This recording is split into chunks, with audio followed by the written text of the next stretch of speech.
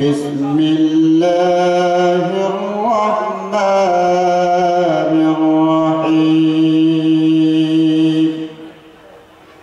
الذي خلق الموت والحياة ليبلوكم أيكم أحسن عملا. وقال النبي صلى الله عليه وسلم لا يقعد قوم يذكرون الله إلا حفتهم الملائكة وغشيتهم الرحمة ونزلت عليهم السكينة وذكرهم الله فيما عنده.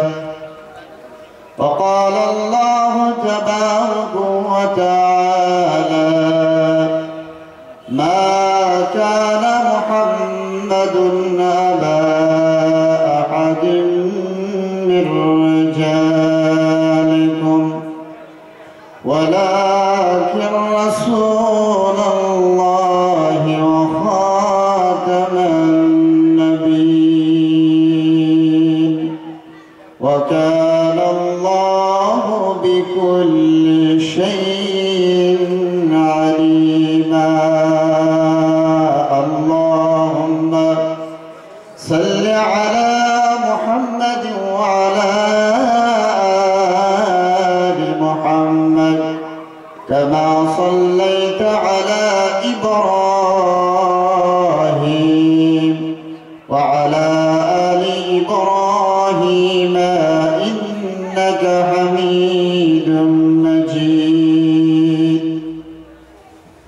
الحمد لله সমস্ত প্রশংসা একমাত্র আল্লাহ সুবহানাহু ওয়া তাআলার জন্য, যে আল্লাহ পাক আমাদেরকে এই শীত উপেক্ষা করে এইরকম একটা পাক ও পবিত্র মজলিসে বসার তৌফিক দিয়েছেন।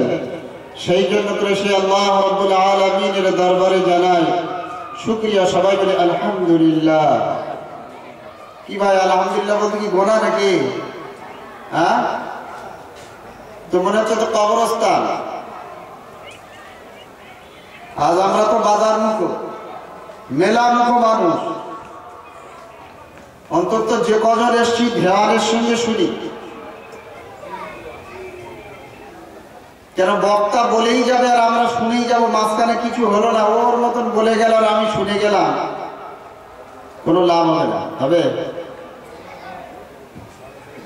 আল্লাহ পাক আমাদেরকে এই সময়েরও হিসাব নেবে। কিসের? এই সময়েরও হিসাব নেবেন। فمن يعمل مثقال ذرة خيرا يره ومن يعمل مثقال ذرة شرا يره।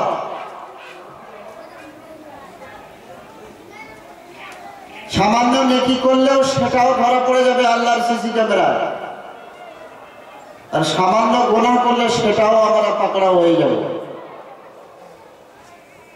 দোস্ত বুঝুন, পৃথিবী আজকে মুসলমানদের পিছনে পড়ে গেছে। মুসলমান জাতিকে কিভাবে ধ্বংস করা যায়, কথা ঠিক কিনা?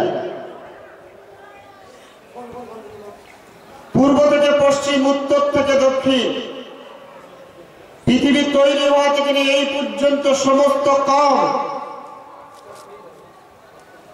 তারা সর্বহারতে চেষ্টা করেছে ইসলামকে কিভাবে মিটিয়ে দেওয়া যায় পৃথিবীর বুক থেকে।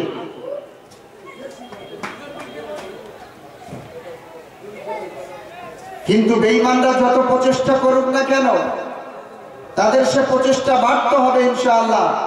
কেন হুজুর আকরাম সাল্লাল্লাহু আলাইহি সাল্লাম দোয়া করেছেন যে আল্লাহ আমার কওম যেন ধ্বংস না হয়ে যায়। তো আল্লাহ পাক বললেন হ্যাঁ এটা কবুল করলাম, ধ্বংস হবে না। আর একটা দোয়া করলেন যেন অভুক্ত না মারা যায়, তো আল্লাহ পাক বলে না, এটাও কবুল, তোমার উম্মতের রুজির অভাব হবে না। তবে যে আর একটা দোয়া আছে, আল্লাহ বলে কি বলে, আমার উম্মত যেন নিজেদের ভিতরে ইখতিলাফাত না করে, ঝগড়া না করে, আল্লাহ বলে ওটা কবুল হবে, ওটা কবুল হবে, এ কম থাকবে।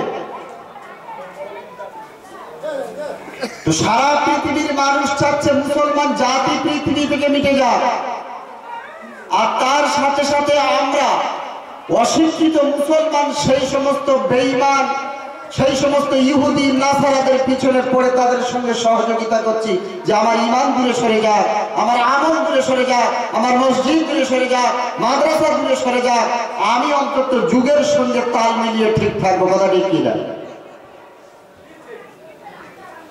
যুগের সঙ্গে তাল মিলিয়ে আমি ঠিক থাকবো, কিন্তু হবে না। আল্লাহ রাব্বুল আলামিন বলছে একজন মানুষ মুমিনের ভিতরে দুটো দিল থাকতে পারে না। চালাক হওয়া ভালো, কিন্তু অতি চালাক হওয়া ভালো নয়। চালাক হওয়া ভালো, চালাকি করাও ঠিক নয়। দোস্ত হুজুর, আজ মুসলমানের আখলাক কোথায়?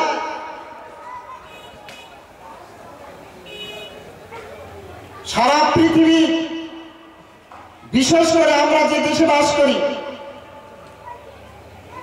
ভারত সরকার লক্ষ লাখ করোড় করোড় টাকা ঢালছে শিক্ষা খাতে। শিক্ষা ব্যবস্থাটা ভালো হোক। শিক্ষা ভালো হলে কি হবে? সমাজে চোর থাকবে না। শিক্ষা ভালো হলে সমাজে জেনা থাকবে না। শিক্ষা ভালো হলে সমাজে নেশাখোর থাকবে না। কিন্তু প্রতিরোধ করতে পেরেছে সরকার? দুনিয়ার মানুষ, আল্লাহ রাব্বুল আলামিন একটা কম আল্লাহ পাক দুনিয়ার বুকে তৈরি করেছেন, এবং কম বিরল কম এইরকম কম পৃথিবীর বুকে আর দেখা যায় না, যাবে না। মুসলিম জাতি যার ভিতরে ঈমান আছে, আল্লাহর ওয়াহদানিয়তের উপরে যে ঈমান এনেছে, ওই মানুষ কোনোদিন চুরি করতে পারে না, ওই মানুষ কোনোদিন জিনা করতে পারে না, ওই মানুষ কোনোদিন ঘুষখোর হতে পারে না। ও মুসলমান, আল্লাহ বলা বাবাজি ভাইরা, সরকার একটা দপ্তর, শিক্ষা দপ্তর বানিয়ে দিয়েছে। তোমরা এই বিষয়টা লক্ষ্য রাখো, শিক্ষা ব্যবস্থা যেন ভালো হয়।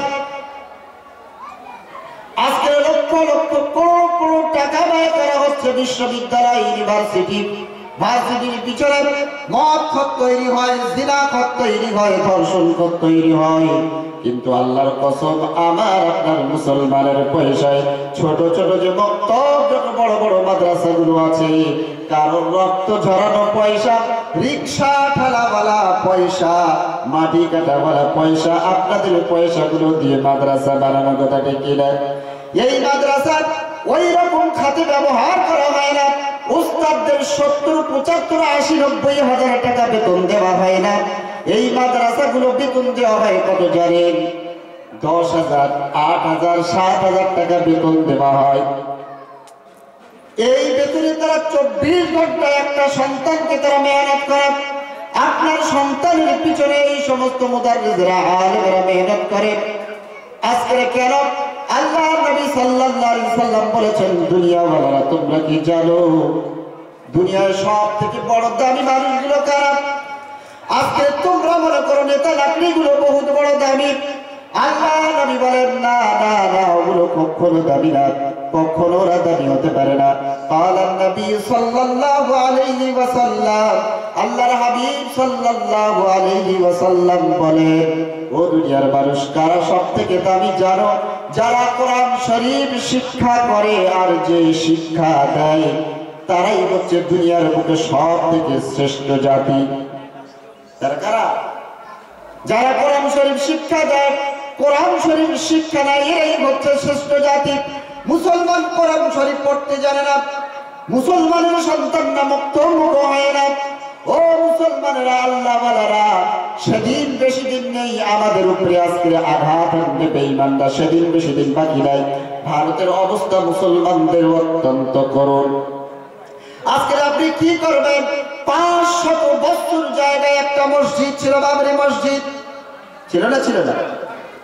500 বছর মসজিদ থাকার পরে নামাজ হয়েছে যেখানে, শেষ পর্যন্ত ভারতবর্ষের জমিনে বাবরি মসজিদে নামাজ হলো। নামাজ হওয়ার পরে আজকে সেখানে তার ভিতরে দরজা ভেঙে তার ভিতরে বুট ঢুকিয়ে দেওয়া হলো, ঠাকুর ঢুকিয়ে দেওয়া হলো, মসজিদে তালা বন্ধ করা হলো, কোর্টে ছুটলো, মুসলমান কোর্টে গেল, হাইকোর্ট হলো, সুপ্রিম কোর্ট হলো, কয়েক যুগ যুগ ধরে মামলা চালানো হলো, মামলা চলল। সুপ্রিম কোর্টের বিচারপতিরা তারা পরীক্ষা নিরীক্ষা করে এটাই রায় দিলেন যে এই বাবরি মসজিদ যেখানে অবস্থিত আছে এটা কোনোদিন মন্দির ভেঙে মসজিদ হয় নাই। বলেছে না? বলিনি? সুপ্রিম কোর্ট তো রায় দিয়েছে যে মন্দির ভেঙে মসজিদ হয় নাই। মসজিদ সেই জায়গায় আছে, মসজিদের ভিতরে ঠাকুর ঢোকানো ঠিক হয় নাই, সব ঠিক আছে, কিন্তু আবেগে পড়ে আমরা ওই জমিনটা হিন্দুদেরকে দিয়ে দিলাম। ও ভারতবর্ষের মানুষেরা, মুসলমানেরা, আপনারা জেনে রাখুন, এটা আপনাদের জন্য কি করতে হবে? বদ্ধপরিকর। কিয়ামত পর্যন্ত যদি মুসলমান যদি ক্ষমতায় আসে ভারতের জমিনে, ইনশাআল্লাহ ওই জায়গায় পুনরায় মসজিদ হবে। কথা ঠিক কিনা? কারণ মসজিদ যে জায়গায় আছে কিয়ামত পর্যন্ত সেই জায়গায় মসজিদ থাকে। আমার কথা বুঝতে অসুবিধা হচ্ছে নাকি? আজকে কেমন বাহানা করা হচ্ছে, 70 ফুট মাটির নিচে খুলে ঠাকুরগুলো সীসার ঠাকুর বানিয়ে তার ভিতরে দিয়ে সিমেন্ট করে দেওয়া হচ্ছে। ভবিষ্যতে যেন মুসলমানরা যেন দাবি না করে এটা আমাদের মসজিদ ছিল, আর হিন্দু পক্ষরা যেন এটা বলে এর ভিতরে তো এই দেবদেবীর ছবি পাওয়া যাচ্ছে, অর্থাৎ আমাদের মন্দির। কেন এখনো পর্যন্ত মুসলমানদের কাছে নথি আছে, তার দলিল আছে, রেকর্ড আছে। আজকে আপনি যদি এখন থেকে পরিবর্তন না হয়, আপনার নতুন প্রজন্মগুলো তারা দিন পাবে না, তারা সেই জায়গায় পৌঁছাতে পারবে না। মুসলমান আমরা সেই মুসলমানও হতে পারি না, আমাদের দোয়া আল্লাহর কাছে কবুল হয় না, আমাদের দোয়া আল্লাহর কাছে কবুল হয় না। আল্লাহ রাব্বুল আলামিনের নবী বলেন, দুনিয়ার মানুষ তোমরা যেমন আমল করবা, আমলের পরিবর্তে তোমাদের শাসক সেই রকম নির্বাচন হবে। তোমরা যদি ভালো আমল করো তোমাদের জন্য ভালো নেতা তোমাদের জন্য দেওয়া হবে, তোমরা যদি তোমাদের আমল খারাপ হয় তাহলে তোমাদেরকে কি করা হবে? অত্যাচারিত বাদশা তোমাদের জন্য নিযুক্ত করা হবে। দুনিয়ার এত বড় বড় রাষ্ট্র, ইরান বলুন, আজকের তুরস্ক বলুন, মিশর বলুন, পাকিস্তান বলুন, বাংলাদেশ বলুন, পৃথিবীর এত মুসলমান দেশ আছে, আজকে একটা অত্যাচার করে মুসলমানদের উপরে এমন অত্যাচার করছে, 70 বছর ধরে অত্যাচার করা হচ্ছে প্যালেস্টাইনের বুকে। ইহুদিরা আজকে তিলে তিলে মুসলমানদেরকে মারতেছে, তাদের জমি থেকে তাদের উৎখাত করে তারা দখল করতেছে। পৃথিবীর কোন মুসলমানের বলার ক্ষমতা নাই। আজকে 3 মাস অতিবাহিত হচ্ছে, ও মুসলমান তোমার ঈমান কোথায়? তোমার কান্না কোথায়? হযরত ওমর রাদিয়াল্লাহু তাআলা আনহুর জামানায় আগুন লেগেছে। আগুন লাগার পরে আল্লাহর নবীর সাহাবী হযরত ওমর একজন সাহাবীকে বললেন, সাহাবী তুমি চলে যাও, আগুনকে বন্ধ করে দিয়ে আগুনকে দূরে সরে যেতে বলো। ওমর রাদিয়াল্লাহু তাআলা আনহুর হুকুমে চলে গেলেন। আগুনকে বললেন, ওমর হুকুম দিয়েছে আপনি এখান থেকে সরে যান, এখান থেকে আগুন তুমি যেখান থেকে বার হচ্ছে সেখান থেকে চলে যাও। আগুন আস্তে আস্তে তার জায়গায় চলে গেল। ওমরের জামানায় ভূমিকম্প শুরু। আল্লাহর নবীর সাহাবী ওমর বললেন, ও জমিন তুমি শান্ত হয়ে যাও, আমি ওমর বলতেছি। আল্লাহর গোলাম আমলওয়ালা কেমন ছিলেন? আজকে সব আছে মুসলমানদের, কিন্তু আমল নাই। আল্লাহর নবী বদরের প্রান্তরে 313 জন সাহাবীকে নিয়ে জিহাদের ময়দানে তিনি নামলেন। নামার পরে আল্লাহর কাছে দোয়া করছেন, মাবুদ 313 জন সাহাবী নিয়ে এই জিহাদের ময়দানে আমি এসেছি গো আল্লাহ, আর এই 313 জনের মোকাবেলায় কয়েক হাজার বেঈমানদের সৈন্য। আর আল্লাহ যদি এই 313 জন যদি এখানে খতম হয়ে যায়, তোমার নাম নেনে বলা পৃথিবীর বুকে আর কেউ থাকবে না, তোমার নাম নেনে বলা পৃথিবীর বুকে কেউ থাকবে না। আল্লাহ তুমি মুসলমানদেরকে বিজয়ী করো। ঠিক তদ্রূপভাবে আল্লাহ পাক দোয়া কবুল করলেন, মুসলমানরা বিজয়ী হল। সারা পৃথিবীর বড় বড় দাদা আছেন, কয়েকজন হামাস নেতা, তারা বিশ্বের সব থেকে প্রথম সারির যে দেশ তার বিরুদ্ধে লড়াই করছে। তাদের বড় বড় যুদ্ধ ট্যাঙ্ক, বহুত বড় বড় বোমা, অ্যাটম বোমা, সব বড় বড় যন্ত্র, তার বিরুদ্ধে ছোট যন্ত্র নিয়ে জিহাদ করতেছে। মুসলমান তোমাদের উচিত তাদের জন্য দোয়া করা, আল্লাহ যদি হামাস যদি পৃথিবীর বুক থেকে বিজয় যদি না হয়, তারা যদি হার বরণ করে, পৃথিবীর মুসলমানদের মাথা তুলে দাঁড়াতে পারবে না। পারবে? মুসলমানরা দোয়া করুন তাদের জন্য। প্রয়োজনে যদি কোনো সময় অর্থের প্রয়োজন হয়, আজকে ফিলিস্তিনের জন্য অর্থ সাহায্য করতে হবে, কিন্তু সেগুলো বানবে কোথায়? বানার জায়গা কয়? মুসলমান আজকে তার ইমান নাই, ইমান নিয়ে তার আজকে টানা পড়া, সব দিক থেকে আজকে শেষ করে ফেলেছি। হারাম পাই তো হারাম খাই। আজকে এত বড় জলসা, আমার কানে আওয়াজ যায়, আমি ঘরের মধ্যে বসে থাকি, মাদ্রাসার সালানা জলসা, এই জলসায় আসা যাবে না কেন? আমার অন্য প্রোগ্রাম আছে। আল্লাহ পাক বলেন, দুনিয়ার মানুষ তোমরা কি জানো, ইন্নাশ শাইতানা লিল ইনসানি আদুউম মুবিন। শয়তান হচ্ছে তোমাদের চিরশত্রু, তোমাদের শিরায় উপশিরার মধ্যে তোমাদের কি করবে? আমলকে বরবাদ করবে। আমল তোমরা যারা বড় হয়ে গেছো, যারা বয়স্ক মানুষ, তাদের সম্পর্কে নবী বলেন, আলাইকুম বিমাজালাসাতিল উলামা, তোমরা উলামাদের কাছে মজলিসে বসো। পৃথিবীতে নেতার কাছে যাবেন, মদ খাওয়া শেখাবেন, নেতার কাছে যাবেন, বিড়ি খাওয়া, সিগারেট খাওয়া শেখাবেন। ও দুনিয়ার মানুষ, আল্লাহওয়ালা নেতার কাছে যাবেন, আপনার মার্ডার করা শেখাবে, চুরি করা শেখাবে, কিন্তু আল্লাহর কসম করে বলি, কোন আল্লাহওয়ালা আলেমের কাছে যাবে, সে আপনাকে আল্লাহকে চেনাবে, সে আল্লাহর হাবিবকে আপনাকে দিয়ে চেনাবে, দ্বীনের শরীয়তের মসলা আপনাকে বলবেন, আপনার চরিত্রটা কিভাবে গঠন করতে হয় সেটা আপনাকে শেখাবে। কেননা আলেমদের কাজ হচ্ছে সিরাতাল মুস্তাকিম, সোজা রাস্তা দেখানো। আলেমদের কাছে যেতে চাই না। আল্লাহ নবী বলেন, তোমরা আলেম সম্পর্কে জানো, আল উলামা ওয়ারাসাতুল আম্বিয়া, আও কামা ক্বালা সাল্লাল্লাহু আলাইহি ওয়াসাল্লাম। দুনিয়ায় মানুষ যখন মরে যান, তার উত্তরাধিকারীদেরকে কি রেখে যান? সম্পদ রেখে যান, টাকা রেখে যান, ব্যাংক ব্যালেন্স রেখে যান, সম্পত্তি রেখে যান। কিন্তু নবীরা যখন নবী সাল্লাল্লাহু আলাইহি সাল্লাম দুনিয়া থেকে বিদায় নিয়ে গেছেন, তার আর কোনো জমি নাই, তার আর কোনো টাকা নাই, তার ওয়ারিস হচ্ছে উলামারা। তোমরা উলামাদের যদি পিছনে যদি থাকতে পারো, উলামাদেরকে যদি অনুসরণ করে চলতে পারো, তাহলে তোমাদের জিন্দেগিটা ভালো চলবে। নচেত তোমাদের জিন্দেগি কোন রকম চলতে পারে না, তোমাদের জিন্দেগিটা বেকার হয়ে যাবে। সেই জন্য করে আলেমদেরকে আল্লাহ পাকের নবীর মাধ্যমে, হাদিসের মাধ্যমে, মাদ্রাসার মাধ্যমে আজকে তাদেরকে দ্বীনের দাওয়াতের মাদ্রাসার ব্যবস্থা করা হয়েছে। বড় মানুষদেরকে, বয়স্ক মানুষ দাওয়াতের মাধ্যম দিয়ে তাদেরকে আল্লাহ পাক ঈমানের হেফাজত করেছেন। আল্লাহ নবী সাল্লাল্লাহু আলাইহি ওয়াসাল্লাম বলেন, আলাইকুম বিমাজালাসাতিল উলামা, তোমরা আলেমের মজলিসে বসো। বসে তোমরা কি করবেন ওয়াসতামাউল হুকামা ওয়াসতামাউ কালামুল হুকামা, তাদের হিকমতপূর্ণ কথাগুলো তোমরা শোনো। কেন আলেম ছাড়া দুনিয়ার বুকে পথ প্রদর্শক আর তোমাদের কেউ নাই। পার্টি করবে, আজকের এই পার্টি আছে, কালকের সেই পার্টি আসবে, তার বর্ণনা সে এগিয়ে যাবে যাতে করে তার চেয়ার ঠিক থাকে, সেই জন্য সে বয়ান করে। আজকে আল্লাহর কসম করে বলেন, পার্টি আসুক যাই আসুক, এই যে চেয়ার ইলমের বরকতে আল্লাহ পাক দিয়েছে, যে পার্টি আসুক না কেন মরণ পর্যন্ত এই চেয়ার ওলামাদের জন্য থাকবে। যে সম্মান আল্লাহ পাক রেখেছেন, কোন পার্টি পরিবর্তন হোক চাই না, আপনার কোনো প্রয়োজন নাই, সেই চেয়ার থাকবে। কথা ঠিক কিনা?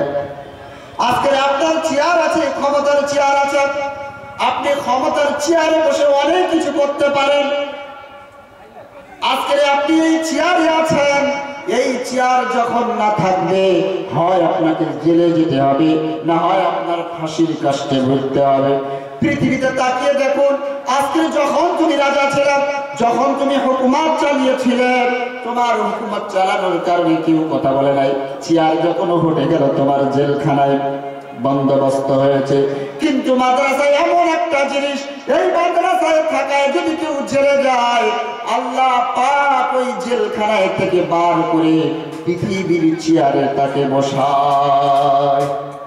পৃথিবীর চেয়ারে তাকে বসায়। হ্যাঁ, পাকিস্তানের প্রেসিডেন্ট এখন জেলে ইমরান খান আছে না?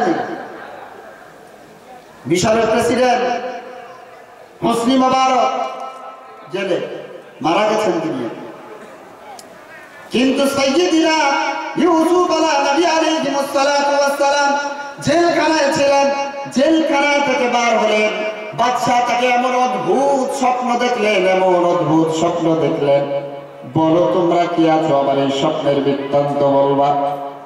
কেউ নাই, এমন আজীব স্বপ্ন, এমন আজীব স্বপ্ন দেখেছেন, এই স্বপ্নের কোনো মানে হয় না। বাদশার কোনো চ্যান নাই, সুকুন নাই, পেরেশান। এমন স্বপ্ন দেখলাম, এমন স্বপ্ন দেখলাম, 7টা গরু, দুর্বল গরু 7টা সবল গরুকে খেয়ে ফেলছে। 7টা দুর্বল শীষ 7টা হৃষ্টপুষ্ট শীষকে গিলে ফেলছে। এই স্বপ্নের অর্থ কি কে বলতে পারে মিশরের জমিনে? ও ভাই এইদিকে আসুন, এইদিকে চেয়ার খালি আছে, বসুন। এ রহমতের মজলিস ভরে যাবে ইনশাআল্লাহ। এই গোপালনগরের তাসির আছে, এই মাদ্রাসাকে আল্লাহ পাক কবুল করেছেন। স্বপ্ন দেখলেন, বলো কি বলো, জেলখানায় থাকতে আল্লাহর নবী হযরতে ইউসুফ আলাইহিস সালাতু ওয়াস সালাম স্বপ্ন দেখলেন। দুজন লোক এসে বলছেন, আমরা যা পারা আপনাকে তো খুব নামাজি মনে হয়, আপনাকে তো খুব খোদাভীরু বলে মনে হয়, কিন্তু আমরা দুজনে স্বপ্ন দেখেছি, আপনি কি ব্যাখ্যা দিতে পারেন? বলে হ্যাঁ, আমি ভালো ব্যাখ্যা দিতে পারি। মিন তাবিলিল আহাদিস, উনি স্বপ্নের তাবির বলতেন। বলো তোমরা কি স্বপ্ন দেখেছ? একজন সাথী বললেন, ইউসুফ আমি স্বপ্ন দেখছি, আঙ্গুর নিগড়ে আমি রস বার করছি, রস বার করে আবার রাজাকে দিচ্ছি। বলে তুমি কি স্বপ্ন দেখলাম? বলে আমি স্বপ্ন দেখেছি, মাথায় করে রুটি নিয়ে যাচ্ছি, আর উপর থেকে পাখি ওই রুটিগুলো ছেড়ে ছেড়ে খাচ্ছে। বলে ঠিক আছে।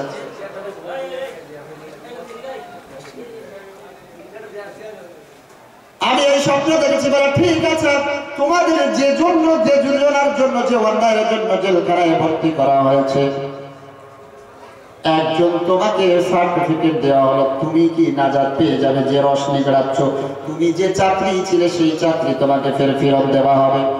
দ্বিতীয় জন, যার মাথায় রুটি আছে, পাখি উপর থেকে খাচ্ছে, তোমাকে শুলিতে চড়ানো হবে। তাই হ্যাঁ, তোমাকে শুলি চড়ে, এই হচ্ছে স্বপ্নের তাবির।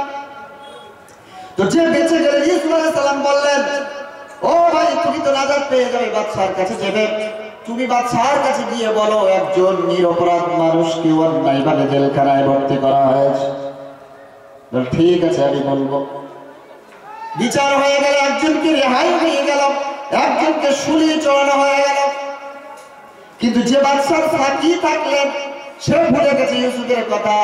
যখন বাদশা স্বপ্ন দেখলেন, তখন তার মনে উঠল যে বাদশা একজন নিষ্পাপ মানুষ জেলখানার ভিতরে আছে, স্বপ্ন দেখেছেন, স্বপ্নের ভালো তাবির করতে পারেন, আপনি যদি অনুমতি দেন আপনি তাকে আনতে পারি। বলে যাও, চলে যাও। আল্লাহ নবীর কাছে গিয়ে বললেন, ইউসুফ চলুন, আপনার জেলখানা থেকে রেহাই, আপনাকে বার করার জন্য এসেছি। আপনি বাদশাহ স্বপ্ন দেখেছেন, স্বপ্নের তাবির বলতে হবে। বলে অত সুবিধা নাই, আমি যে নির্দোষ সেই নির্দোষটা আগে প্রমাণ হোক, তারপরে জেলখানায় থেকে বার হব, তারপরে জেলখানায় থেকে বার হব। অনেক লম্বা চওড়া সূরা ইউসুফ 12 পারা আল্লাহ পাকের তাফসীর করেছেন, অনেক লম্বা চওড়া। ইউসুফ আলাইহিস সালাম বার হয়ে স্বপ্নের তাবির বললেন, বলার পরে বললেন, বাদশা 7 বছর খুব সুন্দর চাষ হবে আর 7 বছর খরা হবে, অর্থাৎ আমি এই ব্যাপারে আমি হচ্ছে ভালো অভিজ্ঞতা সম্পন্নের দায়িত্ব আমাকে দেওয়া হোক। আল্লাহর নবী হযরত ইউসুফ আলাইহিস সালামকে মিশরের জমিনে তাকে আজিজ নামে ব্যক্ত করা হয়েছে। তাকে কি হয়েছে? খাদ্যমন্ত্রীর দপ্তর দেওয়া হয়েছে। জেলখানায় থেকে এনে তাকে রাজ্যের দপ্তরে, তার রাষ্ট্রের দপ্তরের মালিক মন্ত্রিত্ব দেওয়া হয়েছে। কিন্তু বর্তমান সময়ে দুনিয়ার চেয়ারে বসে তুমি জেলখানায় যাচ্ছ, কথা ঠিক কিনা? কেন? একমাত্র ইমানদার পারে, আর ইমানদার বানাতে পারে মাদ্রাসা। আল্লাহ বলা, আল্লাহর বলা, দুনিয়ার মানুষ বুঝি না মাদ্রাসার এই আলেম ওলামারা কি। আজকে যদি ওলামা যদি না থাকতো, আমরা কোন দুনিয়ার কোন নাফা জায়গায় কোন গাড্ডায় গিয়ে পড়ে থাকতাম, আমাদের কোনো অস্তিত্ব থাকতো না।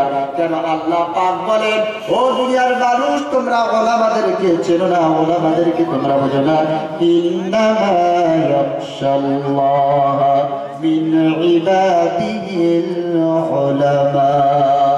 তোমরা যত আল্লাহ ওয়ালা হও না কেন, তোমরা যদি সারা জিন্দেগি ভর যদি তোমরা নামাজ পড়ো, রোজা করো, হজ করো, যাকাত দাও, সব যদি করো, করার পরে তোমরা যদি একজন আলেমের মোকাবেলায় আসো, তোমরা কোনোদিন একজন আলেমের মোকাবেলা হতে পারবে না। কি হতে পারবে না? আলেমের মোকাবেলা হতে পারবে না। আল্লাহকে সব থেকে দুনিয়ার বুকে যদি ভয় করতে হয়, কারা করে? ওলামারাই করে। কারা করে? ওলামারাই করে। আর সেই ওলামাদের সঙ্গে আমাদের দ্বন্দ্ব। ওলামা বলছেন ভালো, এই দিকে আসতে হবে, না না আমরা এই দিকে আসবো না, এই দিকে যাব। আমরা কি করবো? এই দিকে যাব, আমরা এই দিকটাই ভালো বুঝি। না না না, দুনিয়ার মানুষ তুমি যেটা বোঝো সেটা ঠিক নয়, বরং আলেম যেটা বোঝে সেটা ঠিক। পৃথিবীর সাধারণ মানুষের জ্ঞান যেখানে শেষ, সাধারণ মানুষের জ্ঞান যেখানে শেষ, সেখান থেকে ওলামাদের জ্ঞান শুরু। ওলামাদের জ্ঞান যেখানে শেষ, সাহাবাদের জ্ঞান সেখান থেকে শুরু। সাহাবাদের জ্ঞান যেখানে শেষ, আম্বিয়ায়ে কেরামদের জ্ঞান সেখান থেকে শুরু। আর নবীদের জ্ঞান যেখানে শেষ, সেখান থেকে আবার আল্লাহর জ্ঞান শুরু। সেখান থেকে আমার আল্লাহর জ্ঞান শুরু। ও নওজোয়ানেরা, তোমাদেরকে বলি, এখনো পর্যন্ত কেন তোমরা মোবাইলের পিছনে সময় কাটাও? এখনো পর্যন্ত তোমরা কেন তোমাদের সময়গুলো অপচয় তোমরা কেন ব্যয় করতেছ? আল্লাহর কসম, আল্লাহর কসম, তোমার মতো নওজোয়ান, তোমার জোয়ানির হুকুম না দেওয়ার, তোমার জোয়ানির হুকুম না দেওয়া পর্যন্ত তুমি পা তুলতে পারবে না। তোমার সময়ের হিসাব না দেওয়া পর্যন্ত তুমি পারবে না। তোমার কিছু করার নেই।